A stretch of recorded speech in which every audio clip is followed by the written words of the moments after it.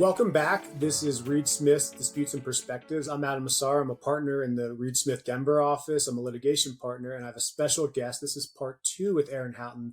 We had too much to cover, and we couldn't get it all done. So, Aaron, welcome back. Yeah, thanks, Adam. Excited to do this. So, Aaron, when we left off, we were getting amped up a bit about the different ways to actually figure out where a red line is, but not burn ourselves out. Max potential, max outcome. So I want to pick back up Yeah. there and talk a little bit more about some of the findings in your study, okay?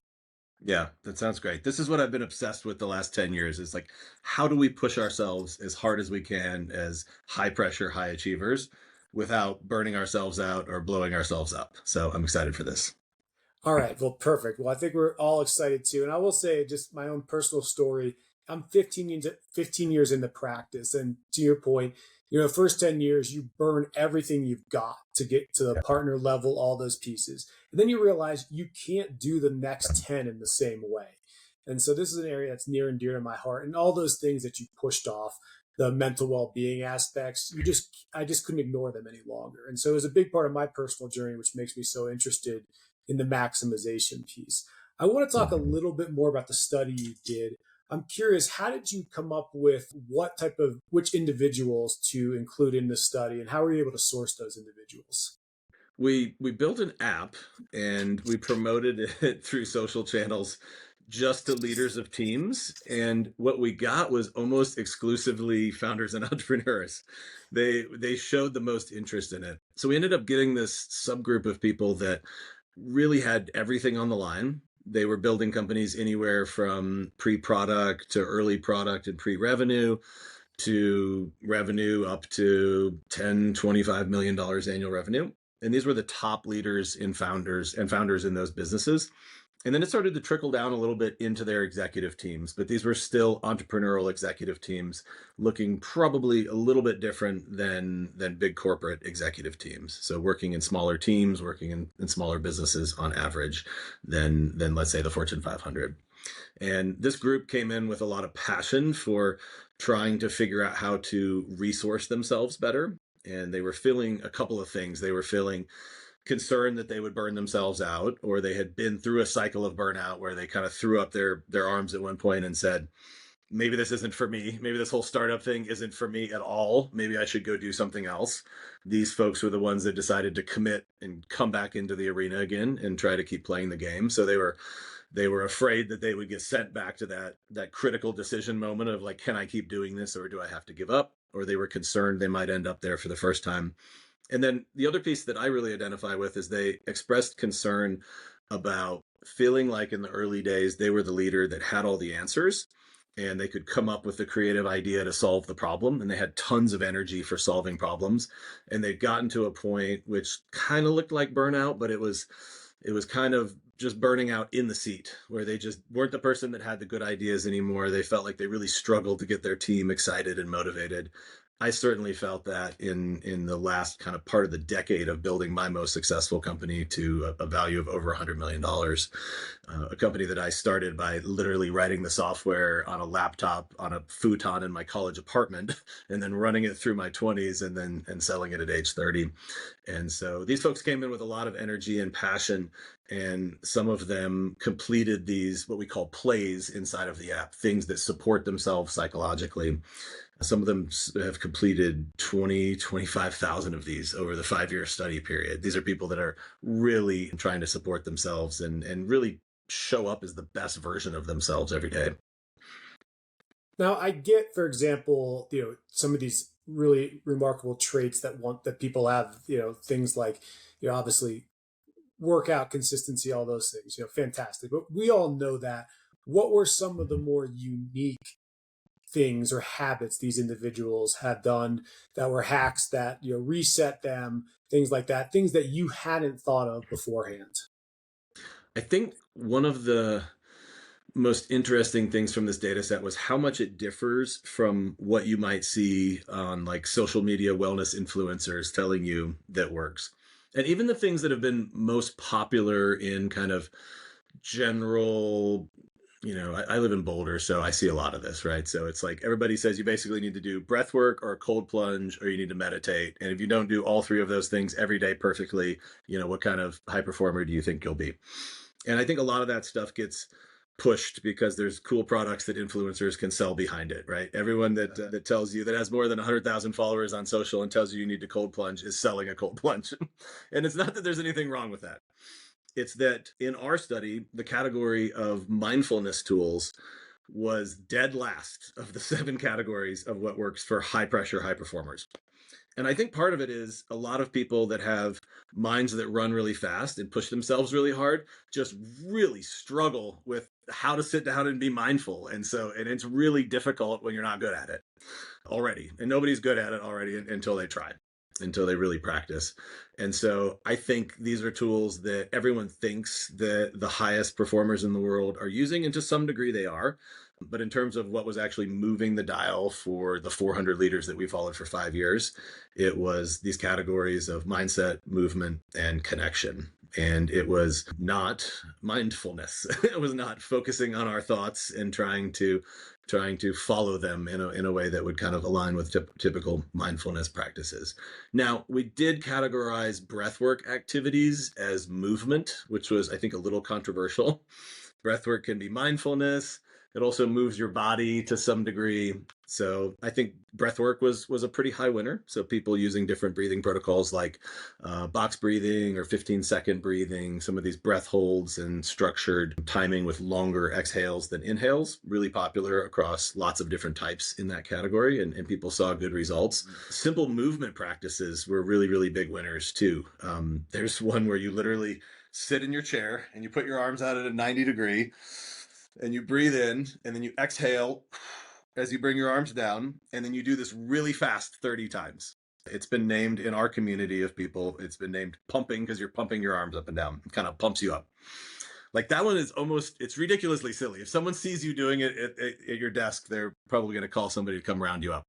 But a lot of people use these little simple movement activities with breath and a little bit of movement around it to drive energy, to drive focus, to bring them into a calm state. So that's probably my favorite. It's called pumping. You sit at your desk, you move your arms up and down, you breathe really fast, you do it 30 times, you're a little lightheaded at the end of it.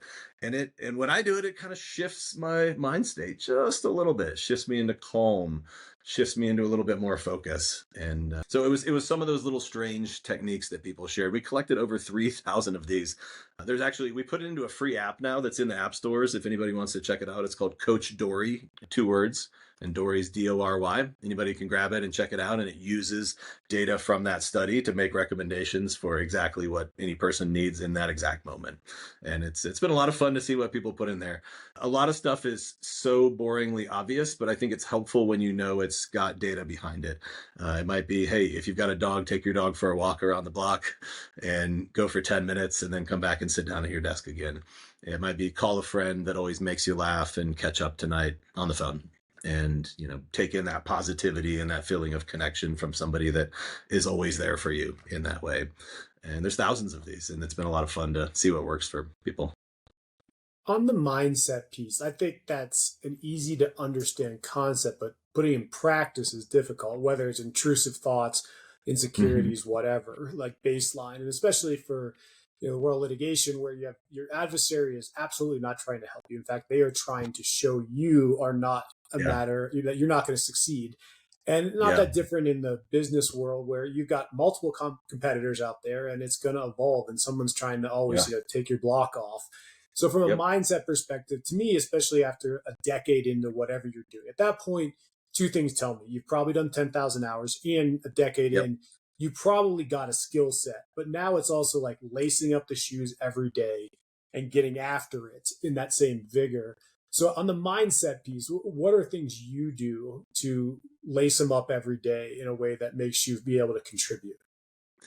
For me, it falls into a couple of categories. And I think this is probably across most people that we work with. It's positivity, it's gratitude, and it's future visualization. I think those are the top categories. And sometimes those overlap, right? Visualization, you might do a positive visualization where you sit down and visualize the most positive version of the outcome. I love to play around with that one with people. And I say, how is this likely to go? How's a way it could go really, really well? And we visualize the whole process again.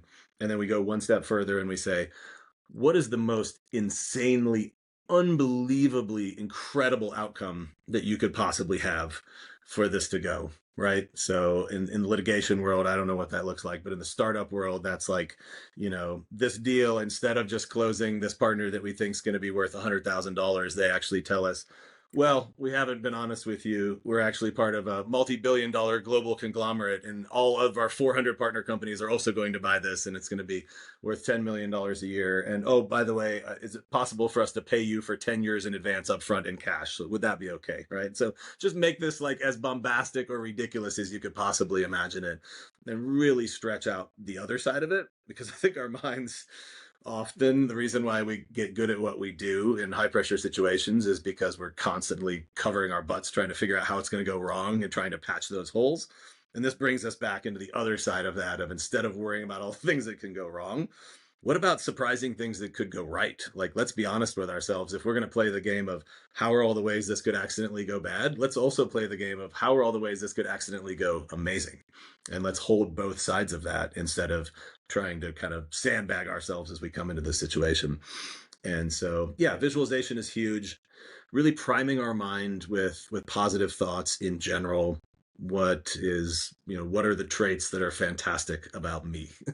Why is it what are the things that I like about myself? One of them can be as simple as when you enter a room of people, saying to yourself inside your head, 3 nice things about yourself, like giving yourself compliments as you walk into the room. Now, if you say it out loud, it could be a little awkward. You do it inside your head, and you've primed yourself with some positivity as you come into the room, and you remind yourself what you're good at, why you're allowed into this room, why these people want to talk to you, why you're the person delivering the message, whatever it might be. And the gratitude side of it, I think, is huge too. Just taking a moment to pause and understanding all of the things that have had to go right for us to get to this place where we are, to have this opportunity. I have a peer group that I meet with of entrepreneurs that has been saying recently that pressure is privilege. So I have an opportunity to be in this room and to be scared out of my mind right now to go try and pitch this deal or pitch this case or pitch this version of what I think happened and try and get everybody to see that that is in fact the truth, or this version of my vision of where this is going to go. And it could be terrifying. In fact, oftentimes it is. I feel scared in professional pursuits all the time. I'm going to screw this up.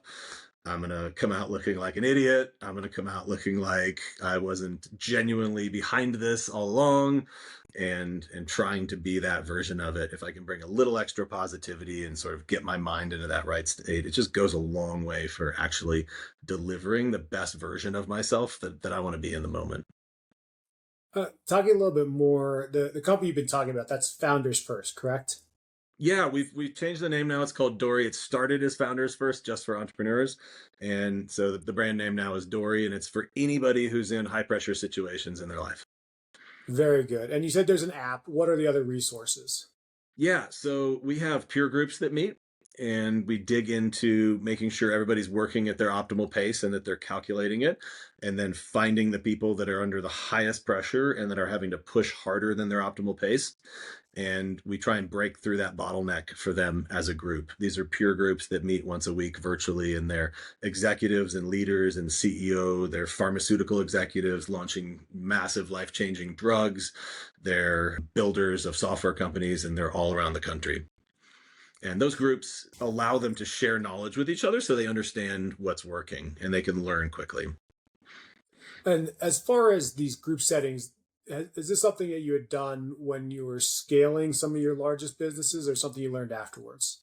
It's something I learned afterwards. The framework of being able to figure out where bottlenecks are by who is getting pushed past their optimal pace and how much pressure they're under has been a tool that I've built post building software companies in my life. And I'm bringing this to other folks because it's something that I wish I had in that moment. Now, I've been able to bring this to some incredibly massive personal challenges in my life in recent years.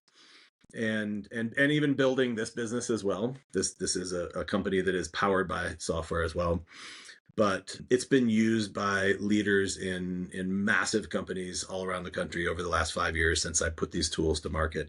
And they're connecting with each other in these groups and breaking through bottlenecks in a way that is really precise and really rapid. Somebody can run into a challenge on a Tuesday, meet with their group on Wednesday, figure out what's wrong, retool where they're going, adjust their pace, and be back in the saddle again the next day doing things the right way.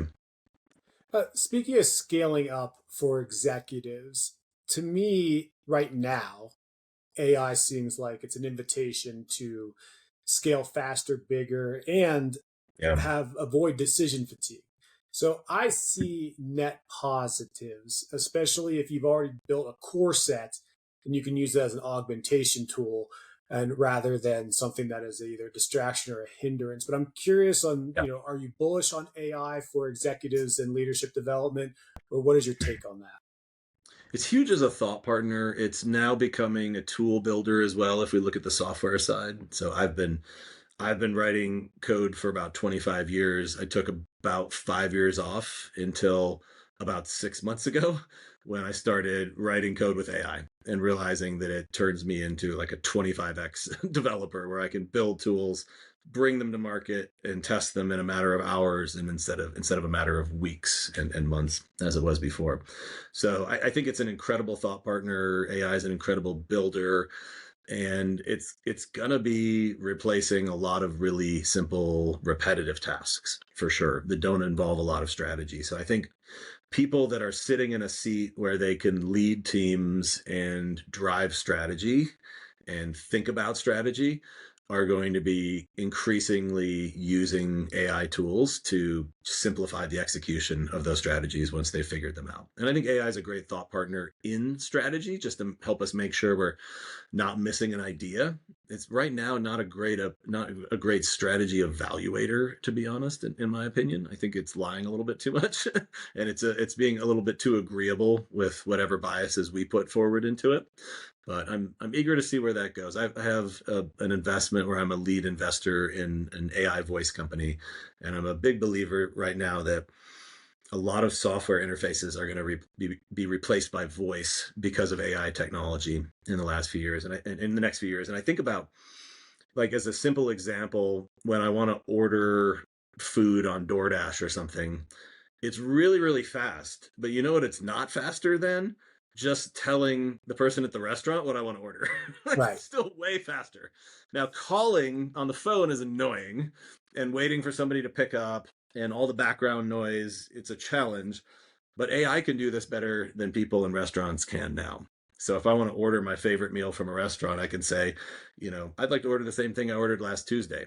Like, how long did that take? And how long would that take in an app like DoorDash? It might only take 2.5, 3 minutes, but we're all trying to optimize on time these days. And I think that example is going to play out in all sorts of different areas where right now I might want to design something in a certain way or build a logo for something or build a visual representation of something.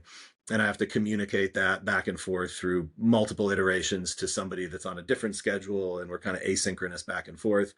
And by the time it gets done, it's maybe not even quite right. And I need to make a few more revisions to it to be able to shorten that down into a 2-minute conversation where we discover all the challenges and fix them in a live back and forth with an AI agent that's doing something instead is really going to cut down the time from thinking to the gap between thinking and delivering. And that's been shrinking constantly. And AI is just collapsing that to the matter of minutes now, I think. Do you think that AI is going to get to the spot in the near term where it can give you honest, objective feedback about your leadership, probably honest feedback that nobody else in the room is willing to give you? It needs to get rid of its agreeableness, right? Before it can get there. And so I don't, I mean, I would imagine that's a huge initiative among the LLMs and the models right now is to try and make the AI, I saw a funny meme the other day where somebody said, "Hey, AI, is this a poisonous mushroom?" And AI says, "No, it's not." And so the person eats it and dies. And then their spirit says, "Hey, AI, I died when I ate that mushroom." And AI goes, "Yes, oh, you're right. That was a poisonous mushroom. Would you like to learn more about poisonous mushrooms?" Right. So that's the problem right now, is that it's Right. just like, yeah, it tells us something's true, and then it immediately backs off of it when we tell it it's not true. And so both sides of that are a problem, right? We might not have been right, and it might not have been right on the front side. So can it give more objective feedback than humans? It can break through the discomfort of giving feedback that humans often have, that makes us not want to be as honest when our boss says, like, "Hey, have I been a great boss to you?" And you go, "Oh yeah, thanks boss, you're the best." But it's still going to lack a bit for a while. I don't know. I think it's getting a lot better. I think, again, that's kind of like, as a thought partner, if you're using it yourself, like, I think it would be great to generate ideas. Like, what are 5 ways that I could improve my leadership style? I've had a couple of people have AI listen to all of their conversations for an entire week or two, and then ask it for feedback on their communication style. And whether it's right or wrong, I think it does a good job of producing a lot of ideas for us to consider. So will it become something that we can ultimately trust to tell us the truth? I don't know. If I had that answer, I'd be a billionaire. I want to talk a little bit more about leadership, but focus on a different piece, because I think for litigators, we are driven by a desire to succeed, but also by anxiety. And part Mm-hmm. of that is thinking about all the wrong things to get to the right outcome. And so, Yeah. whether it's little a anxiety or big a anxiety, what are some of the techniques you've learned on that front? Because ultimately, if you're going to get bigger, better, and you're going to handle all these responsibilities, the A is coming one way or the other. But how do you tackle that A rather than just let it drive you? Research into flow tells us that anxiety, or some type of trigger that gets our attention, is critical to being creative, and it's critical to being productive, and being maximally productive. So yeah, there's this magical level of anxiety that motivates us, and it calls us to attention, and it reminds us to, get up on time to catch our flight, or finish the presentation before we go in to pitch something. And that's the superpower behind anxiety. And the data around this shows that if you were going to put this on like a 1 to 10 scale, and 10 is like crippling anxiety, and 0 is, completely calm and collected, the optimal performance zone is probably between like 1 and 3 when it comes to anxiety. So people will say, like, "Hey, isn't a little bit of stress good, or isn't a little bit of anxiety good?" And I just made that point. Yes, it's good, but the answer behind that is not very much is good. And so that kind of like 1 to 3 of like, it's enough to get me out of my chair, it's enough to get me motivated, and it's enough to get my focus drawn into the right thing that I need to work on. But any more than that, and performance starts to drop. And so a practice that I have used in my life for almost 10 years now, and it became the app that I mentioned earlier, called Coach Dory, Dory, which is in the app stores. But it started as a Google spreadsheet for myself that I started creating, or that I created. And every single day, one of the things I measured was what was the maximum level of anxiety that I felt like I felt on that day, on that same 1 to 10 scale that I was talking about. And then after months and years of working with experts and digging through the research on this, I realized that there is an optimal range on many of these factors, anxiety being one of them, that's kind of in that, if 10 is the maximum and 0 is nothing, it's kind of in that 1 to 3 range. So it's pretty low. That's where I'm optimal.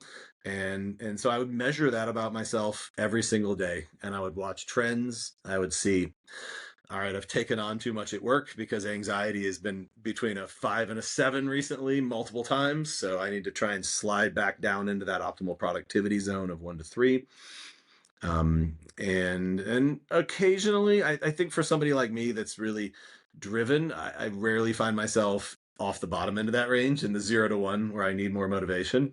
Maybe I've been there once or twice in a couple of decades.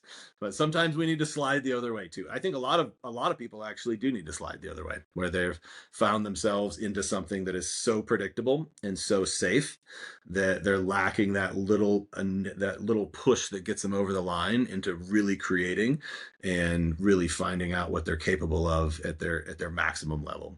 And then I think there's another category of people oftentimes these people end up in our programs at Dory, which is they are anywhere on that range and they're just scared of what happens if they push harder. They are worried because they've seen people around them completely throw up their hands and have to walk away from the whole initiative because they just can't take it anymore. They're worried because they've felt themselves about to cross that line before, that mysterious line where they don't quite know where it is. And they're worried if they get anywhere close to it, they'll cross it. And so they pull back significantly and they hang out in the safe zone. And so I think there's something really magical about tracking ourselves to understand where we are. That's been a big discipline in my life over the last decade. And then finishing up, control is a real issue for litigators, and I'll give you sort of the answer for why it's a problem. So associates, as you start as an attorney, you're basically in charge of one facet of the case. And then you roll up a little bit and you get a little bit more responsibility. And then as you move forward, at some point, you're going to be responsible for everything. And then you become a Mhm. partner. And now you're expected to just magically give up control after you've had 100% control and you've been in your lane perfectly and you get rewarded for being in your lane. So you have this unique toggle where we absolutely reward being in your lane, doing a great job, being a specialist in your thing. And then we Yeah. say, surprise, we really want you to manage people and give up all the control that made you so successful. So, what are techniques to give up control in a way that allows the product, the service to still flourish, but at the same time Mhm. allow you to take a step back from the day to day? I learned this in my most successful business in trying to figure out how to go from being on the executive team and leading the executive team to then being on the board of directors. I think that for me was a similar transition where I'm just completely responsible for outcomes now, but almost entirely detached from the individual projects, where they stand, how they're going, if they're going to be a winner, if they're going to be a loser.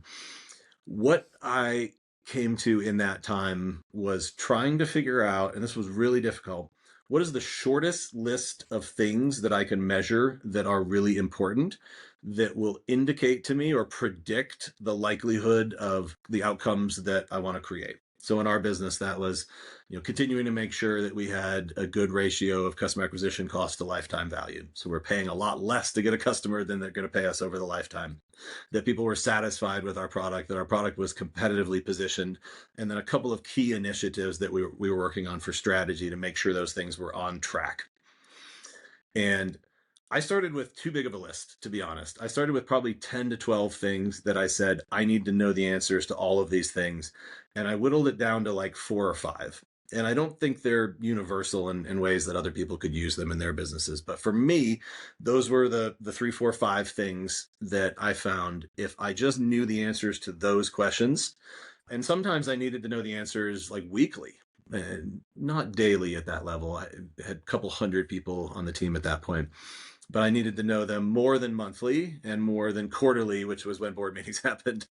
And so I needed to be able to get ahead of some things to with a little bit more capacity to understand where they were going, so that I could be influential to help line up resources appropriately.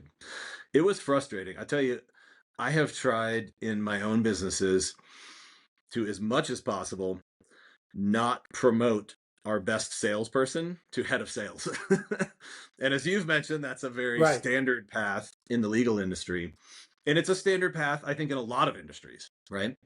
And it's also an expected path in a lot of industries. A long time ago, somebody shared with me a model that I think works in some cases, and it probably doesn't work in many, which is that what would happen if you compensated your best salesperson better than your best sales manager? Because oftentimes people want to move to that next tier of something that they have to completely relearn and have inefficiency around, just because the higher recognition and the higher compensation. So inside of business teams, I've tried to stretch that. I think that the highest performing software developer should be able to be paid a multiple of 2x what the highest performing team lead for a software team might be paid, if they're really that productive and producing. So then you look at, career paths where people, are expected to make that transition, and they have to make that transition. And that's what I had to do. Like, I probably maybe should have stayed as a product manager or something like that in the company. That's my core skill set, is like figuring out what product to build and making sure it's great. But instead, here I go to, CEO, which kind of always was my title, but I was really the product guy building things. And now I'm CEO of a team, and then I'm chair of the board of directors. And so for me, it was just trying to figure out the fewest number of things that I could bother people to get information about in order to know that things were on track and then get out of everybody's way. If those numbers are good, I'm going to trust them. If I find later on that I can't trust them, then we're going to dig in on that and we're going to change the numbers, or we're going to figure out why I wasn't getting correct information. And that was my process, just living inside that little tiny loop of, here are my 5 things, give me answers on them. Wow, everything looks great. I'll be back in touch in a couple of weeks, or send me the Monday update next week again if everything looks good. Things are off track, digging in, trying to figure out how to fix them while staying out of everybody's way. That was my goal. Last question to wrap up here. What sleep hacks, if any, have you used that were highly successful? Ooh, this one's fun. I've dug in on this a lot. And I have, one of the things I haven't mentioned yet today was that after I sold my business in 2012, I ran another startup for 5 years. That one got pretty close to burning me out. I threw up my hands on that one, was like, I'm out. And I went out and spent $100,000 of my own money hiring like all of the experts around the world to teach me different topics. One of them was a sleep expert that I had to fly into Colorado. I had a couple of these folks were like, I'll come share my expertise with you, but you have to pick me up on a private jet. And so in more than one case, me and a couple of buddies actually sent a jet to pick someone up and bring them in and teach us these things. And so sleep hacks was one of them. So I know a little bit about this. Let me see if I can remember all of the tools I heard. And I'll tell you the ones that I actually use. So, I mean, just getting down to like, very simple, like tactical things. Cold sleep environment, 65 to 67 degrees in the bedroom, absolute dark, blackout shades, absolute quiet, sound machine, humidifier, something running to create a little bit of white noise works really, really well for me. CBD supplements actually has been somewhat helpful for me from time to time. No exercise within 2 hours before bedtime. I have not gone as far as like blue light blocking glasses. I actually own some. I've never put them on. That's a big one, right? Trying to keep off devices and screens in the immediate time before bed. I break that rule sometimes. And I'm an Instagram scroller in the 30 minutes before bed, and it's a bad habit. But, trying to drop that habit, keeping, no exercise or big meals within 2 hours of bedtime, and magnesium glycinate, 400 milligrams, about an hour to 2 hours before bedtime seems to be another popular thing that a lot of people are using. And then allow yourself enough time to sleep. I try and have a block of 8 to 10 hours every night, and I don't always sleep that long. Today I got up at 4:30. I was super excited and motivated. I usually get up around 7, but I just popped out of bed and I was ready to go. Other days I'll sleep it all the way until 7, and I'll use the extra window. So carving out that time is probably the biggest mistake that I see people make is, going to bed at 11 when you have to get up at 4:30. There's just not enough time to get a good night's sleep and to get refreshed. And I think the last piece of it I'll share is that there's a myth that no matter how hard you push yourself, as long as you get a good night's sleep, you'll wake up at 100%. And we've tested this in our study, and we looked at what the mental reserve levels were of people, of these high stress, high pressure leaders when they show up every morning. And on average, they show up at 72% resourced out of 100% in the morning. So on average, doesn't even matter if you get a good night's sleep or not, you might show up at 75, 80% on a great day, 85%. It takes a lot, and it's not just sleep, to get you back to a full cup from a mental capacity standpoint. It takes a lot of those things we talked about before: mindset, movement, connection time, really engaging with our communities, really engaging with ourselves, laying the groundwork inside of our minds for being at peak performance. You do that and add that to a full night's sleep, you can start your day at 100%. Well, Aaron, you filled my cup, and you're an absolute animal. So I appreciate you carrying this torch, and don't stop. And I can't wait to see what you find out next and what I can learn from you. Thanks, Adam. This was a lot of fun. Thanks for sharing a little window into what litigators see in the high pressure, high stress world that you guys operate in. It's been fun to compare that to my last 25 years trying to not burn myself out as an entrepreneur. Well, thank you. Disputes in Perspective is a Reed Smith production. This podcast was produced by Shannon Ryan and edited by Julian Bachman. For more information about Reed Smith's litigation and dispute resolution practice, please email disputesinperspective@reedsmith.com. You can find our podcast on podcast streaming platforms, reedsmith.com, and our social media accounts at reedsmithllp. This podcast is provided for educational purposes. It does not constitute legal advice and is not intended to establish an attorney-client relationship, nor is it intended to suggest or establish standards of care applicable to particular lawyers in any given situation. Prior results do not guarantee a similar outcome. Any views, opinions, or comments made by any external guest speaker are not to be attributed to Reed Smith LLP or its individual lawyers.